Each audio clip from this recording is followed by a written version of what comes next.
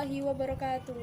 Alhamdulillahirabbil alamin wa dinasta'in wa ala umuri dunya waddin wassalatu asyrafil anbiya wal mursalin sayyidina maulana Muhammadin wa ala alihi washabihi ajma'in amma ba'du. Yang pertama, kita panjatkan puja dan puji syukur kita kehadiran Allah Subhanahu wa taala yang telah memberikan kita kesehatan baik jasmani maupun rohani, sehingga kita dapat berkumpul di tempat yang penuh barokah ini. Yang kedua, salawat serta salam tetap tercurah limpahkan kepada Nabi kita, Nabi Agung Muhammad SAW, yang telah memberikan kita jalan yang gelap menuju jalan yang terang benderang, yakni Adinul Islam. Yang ketiga, kepada Bapak dosen selaku pengampu mata kuliah praktikum dakwah, Bapak Ibnu Kaldu, yang saya hormati dan yang saya muliakan.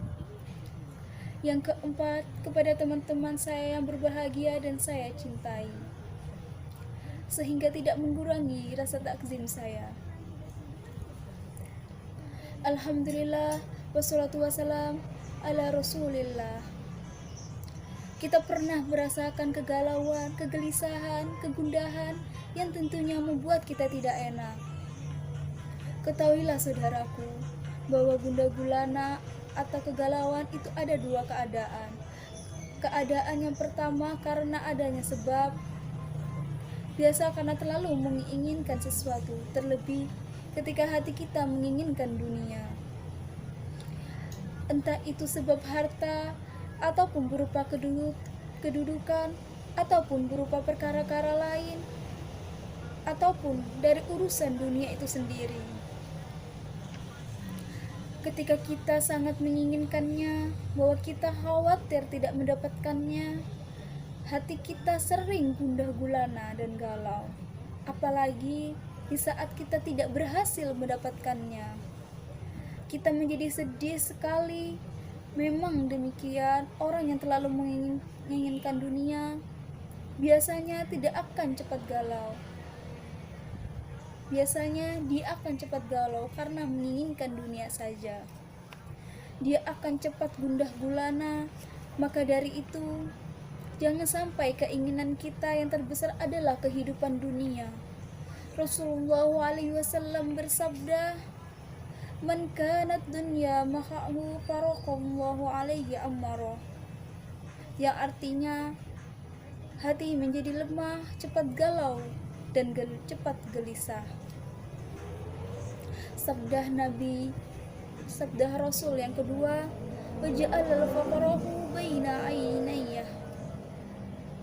Ia tidak pernah merasa qanaah, tidak pernah merasa cukup dengan apa yang Allah berikan kepadanya.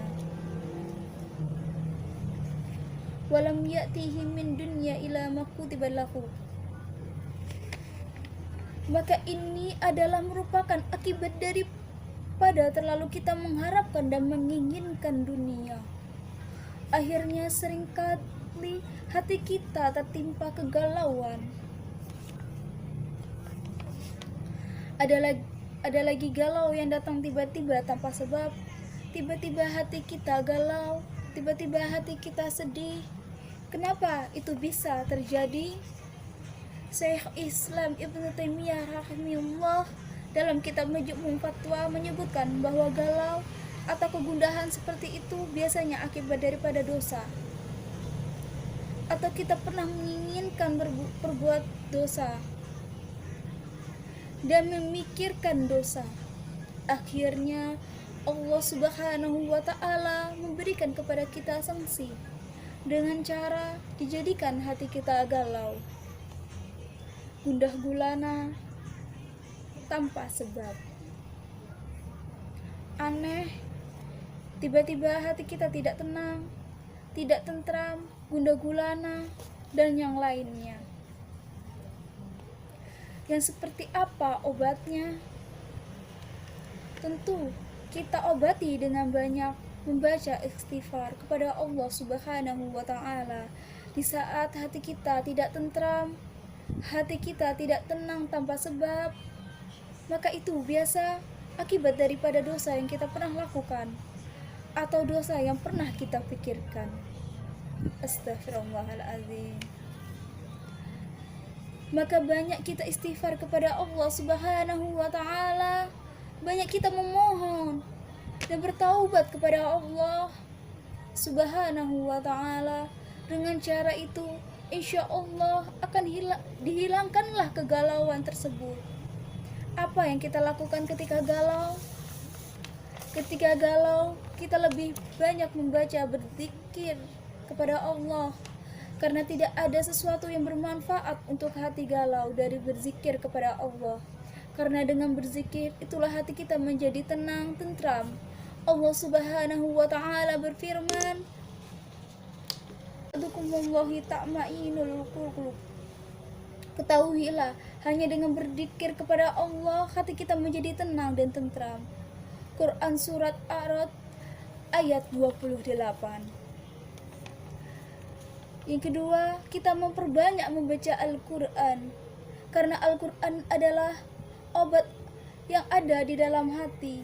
Allah Subhanahu wa ta'ala berfirman dalam surat Yunus ayat 57, "Ya ayuhan nasu qulu ja'akum mar'iyatum marrabukum wa syi'qaku lama fi suduri wa hudan wa rahmatan lil mu'minin." Wahai manusia, telah datang kepada kamu peringatan dari Rabb-mu dan penyembuhan apa yang ada di dadamu, dan petunjuk serta rahmat bagi orang-orang yang beriman. Berarti Al-Quran adalah penyembuh, sedangkan galau, gundah gulana itu merupakan penyakit hati. Maka Al-Quran disebut oleh Allah sebagai penyembuh apa yang ada di dalam hati. Maka di saat itu kita banyak membaca Al-Quran, mentadabburi Al-Quran. Insya Allah dengan cara seperti itu kita akan menghilangkan kegalauan itu. Yang ketiga, banyak-banyak kita mendekatkan diri kepada Allah Subhanahu wa ta'ala. Kita harus ingat, sesuatu yang kita harapkan, yang kita inginkan, tidak mungkin bisa kita raih kecuali dengan izin Allah Subhanahu wa ta'ala.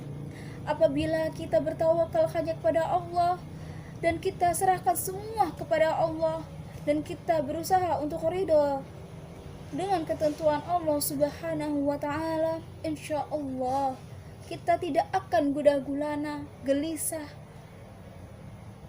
Hati kita tidak akan galau, hati kita akan tentram. Kenapa?